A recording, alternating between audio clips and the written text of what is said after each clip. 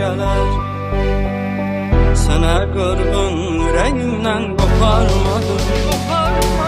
Qabarlaşsaq bu şəhərdə biz anidən, keçər onda xatirələr gözündən.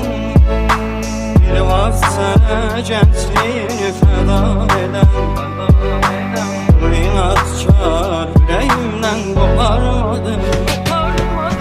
Yürüydü ayrı-ayrı bədənlərdə, nə tez gəldi çatdı hicran ömrümüzə.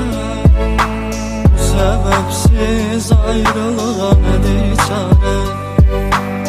Çarəsiz ürəyimdən qoparmadım. Bir ümidik ayrı-ayrı bədənlərdə, nə tez gəldi çatdı hicran ömrümüzə.